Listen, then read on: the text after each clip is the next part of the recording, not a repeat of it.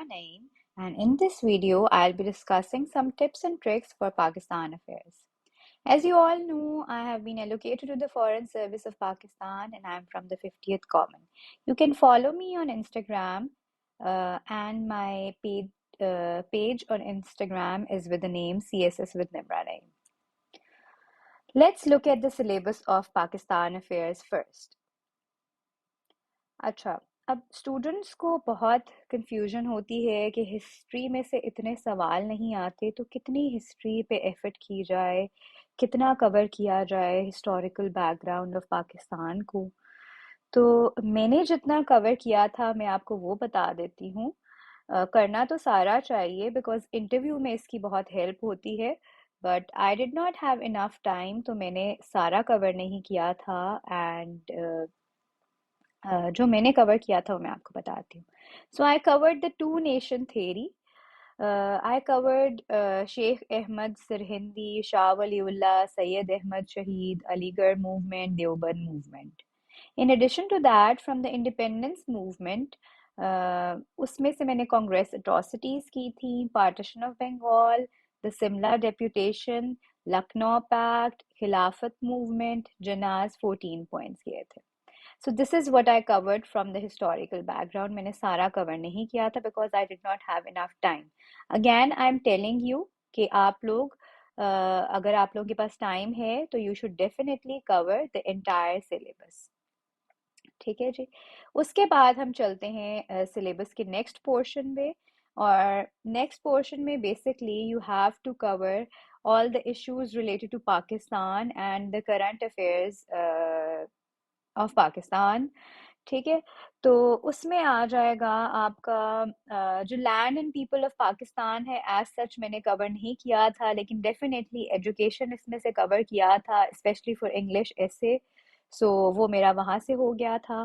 And Pakistan and the changing regional apparatus, ये हर वक्त change हो रहा होता है, तो डेफिनेटली ये न्यूज़पेपर से कवर हो जाता है और करंट अफेयर्स में भी ये कवर हो रहा होता है. इसके अलावा nuclear programme of Pakistan definitely मैंने पाकिस्तान अफेयर्स के लिए भी किया था, and also for international relations, तो ये भी मैंने किया था.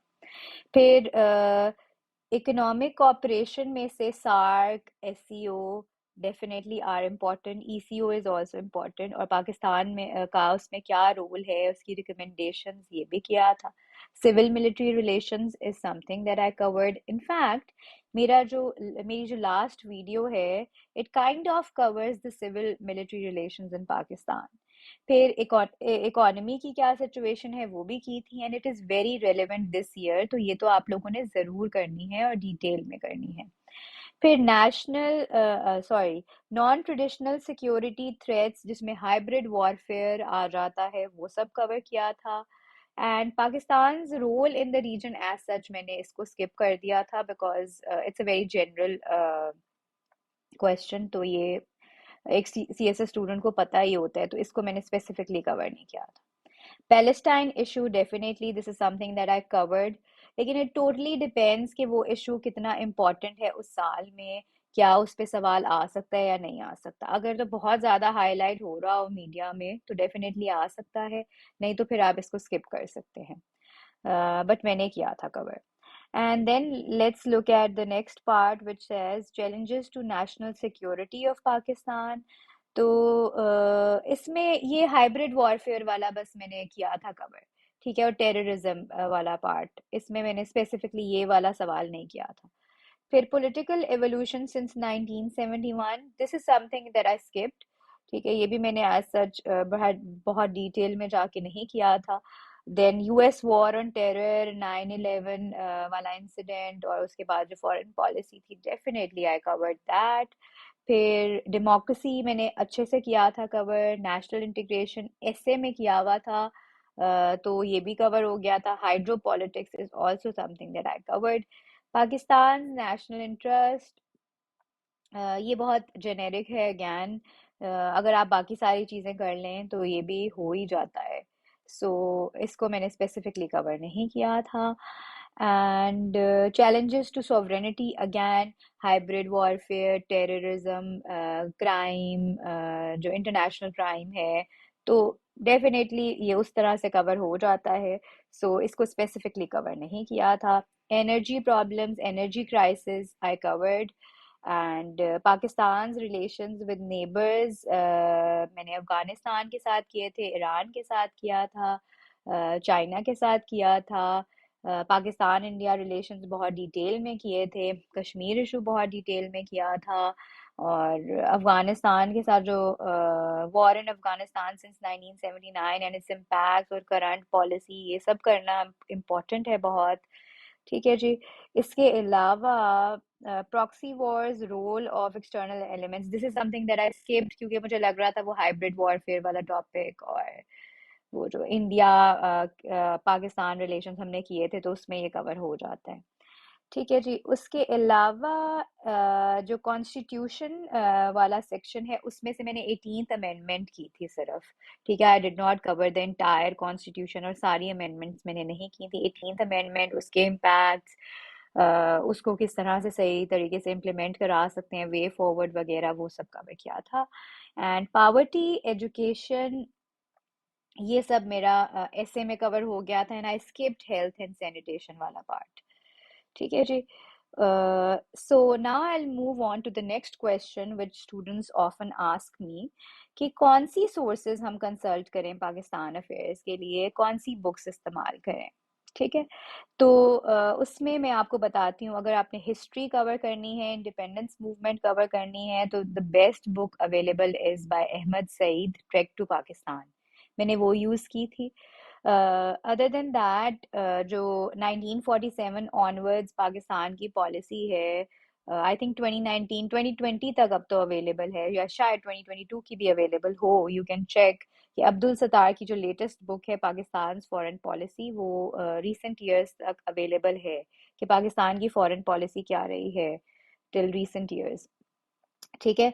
तो वो बहुत अच्छी किताब थी, जिसमें मुझे हर डेकेड का एक ओवरव्यू मिलता गया कि क्या क्या होता रहा 1947 onwards. So it was a very good book for Pakistan affairs. इसके अलावा, now the rest of the books are not compulsory, ये मैंने वैसे ही पढ़ी थी because I had the time to do it. उस वक्त मैंने नई नई सीएसएस की प्रेप स्टार्ट की थी, तो मेरे पास काफ़ी टाइम था। तो इसमें से governing the ungovernable by Ishrat Hussain is a very good book with regard to Pakistan affairs, क्योंकि इकोनॉमी, पॉलिटी, सोसाइटी के बारे में, लोकल गवर्नमेंट के बारे में, आपका जो क्रिमिनल जस्टिस सिस्टम है, जुडिशरी, उसके बारे में, मिलिट्री के बारे में, लेजिस्लेचर के बारे में, आपका जो रिलीजियस एडिफिस है उसके बारे में, एंड की इंस्टीट्यूशंस को किस तरह से रीस्ट्रक्चर कर सकते हैं, वो कुछ सजेशंस भी इसमें हैं।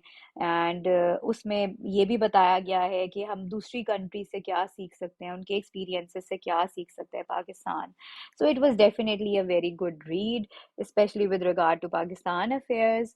And other than that, I read this book Maleeha Lodhi की, बियॉन्ड द क्राइसिस स्टेट। इसमें से स्पेसिफिकली जो न्यूक्लियर वाला पोर्शन है ना, वो बहुत अच्छा लगा मुझे। मैंने इसकी सिलेक्टिव स्टडी की थी, पूरी नहीं पढ़ी थी, तो दो तीन चैप्टर्स पढ़े, जिसमें the best chapter was the nuclear वाला पार्ट, जिसमें पूरा न्यूक्लियर प्रोग्राम उसने एक्सप्लेन किया हुआ था। देन पाकिस्तान हार्ड कंट्री से भी आपको बहुत इंटरेस्टिंग फैक्ट्स मिलेंगे। And fractious path by Raza Rumi is also something that I read, जिससे मुझे एक ओवरव्यू मिला कि क्या होता रहा है। Since I did not have a background of current affairs, Pakistan affairs as such, कभी न्यूज़पेपर भी नहीं पढ़ी थी, तो इन बुक्स ने मुझे काफ़ी हेल्प की। ठीक है। तो इसमें से अगर आप देखें तो पहली दो बुक्स जो हैं वो ज़्यादा इम्पॉर्टेंट हैं, और बाकी सारी टोटली डिपेंड्स ऑन यू कि आप पढ़ना चाहते हैं या नहीं पढ़ना चाहते।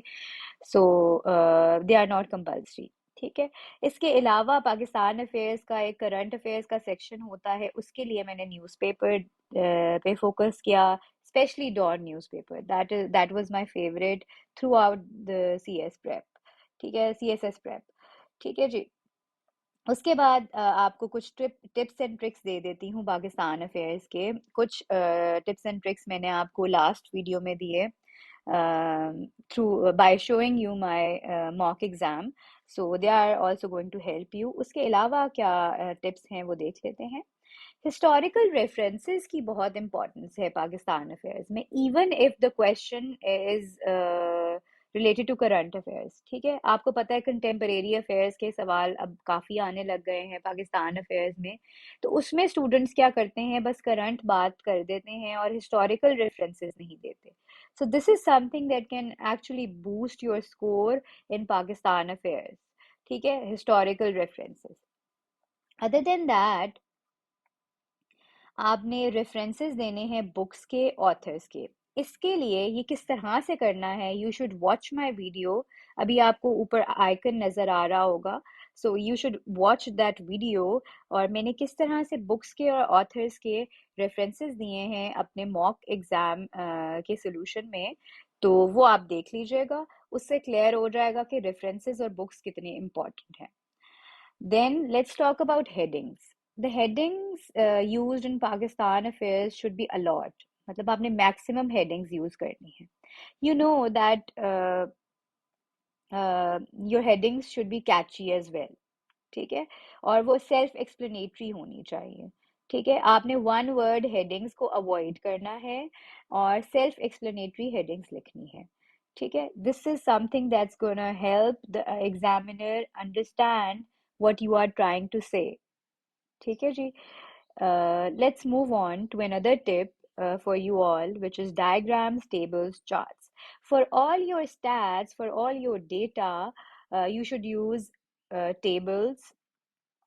ठीक है, try to use tables, pie charts and graphs. ठीक है, इसके अलावा you should learn to make different diagrams and flow charts. For example trinity diagrams are very important. अगर आप कोई तीन इंपॉर्टेंट चीज़ें डिस्कस कर रहे हैं तो you can make a trinity diagram. ठीक है, इसके अलावा flow charts to explain your flow of thought. Instead of writing a paragraph, you can actually express the entire idea through a flow chart. So that is also very helpful for the examiner. उसके लिए ease create होती है, और जब आप examiner के लिए ease create करेंगे definitely आपका score boost होगा। ठीक है जी। इसके अलावा one of the most important things in Pakistan affairs is maps. Maps को किस तरह से डील करना है, लेट्स लुक एट दैट। एक तो सवाल स्टूडेंट्स करते हैं कि madam how do we learn maps, how do we मतलब हम किस तरह सीखें मैप्स बनाना, हम आर्टिस्ट नहीं हैं, हमें नहीं आते इतने प्रॉपर मैप्स बनाना, तो हम क्या करें। तो मैं जो करती थी वो ये था कि whenever I woke up in the morning, तो अखबार पढ़ने के बाद मैं एक दफ़ा प्रैक्टिस कर लेती थी मैप बनाना देख के। शुरू में तो देख के ही बनाते हैं ना। ठीक है, तो देख के करती थी एंड इवेंचुअली फिर उसकी निटी ग्रिटीज मुझे आना शुरू हो गई, उसकी शेप याद होना शुरू हो गई, जब मैं हर रोज़ ये करती थी। I used to do it every day. ठीक है, फिर एक दफ़ा दिन में करती थी और एक दफ़ा रात में जब मेरी प्रिपरेशन कंप्लीट हो जाती थी तो मैं मैप्स ड्रॉ करती थी, क्योंकि इसके लिए आपको इतना दिमाग इस्तेमाल नहीं करना होता। ठीक है, और आपको प्रैक्टिस की ज़रूरत होती है। सो 2-3 दफ़ा सुबह में कर लेती थी पाकिस्तान का मैप ड्रॉ, और जो रीजन है हमारा साउथ एशिया का उसका ड्रॉ कर लेती थी। एंड इवन मैंने तो पूरा वर्ल्ड मैप सीखा था, मिडिल ईस्ट का भी। और let's not get into that right now, let's stick to Pakistan affairs. तो नेबरिंग कंट्रीज का और पाकिस्तान का उसके साथ मिला के साउथ एशिया का मैप, ये वाला पाकिस्तान अफेयर्स के लिए रिक्वायर्ड है। तो मैं सुबह प्रैक्टिस करती थी और शाम को प्रैक्टिस करती थी। That is what you can do as well. And when you do it over like 2 weeks, ठीक है, तो आपको मैप्स बनाने आ जाएंगे। ठीक है, सो you should do it for a period of I think 2 weeks.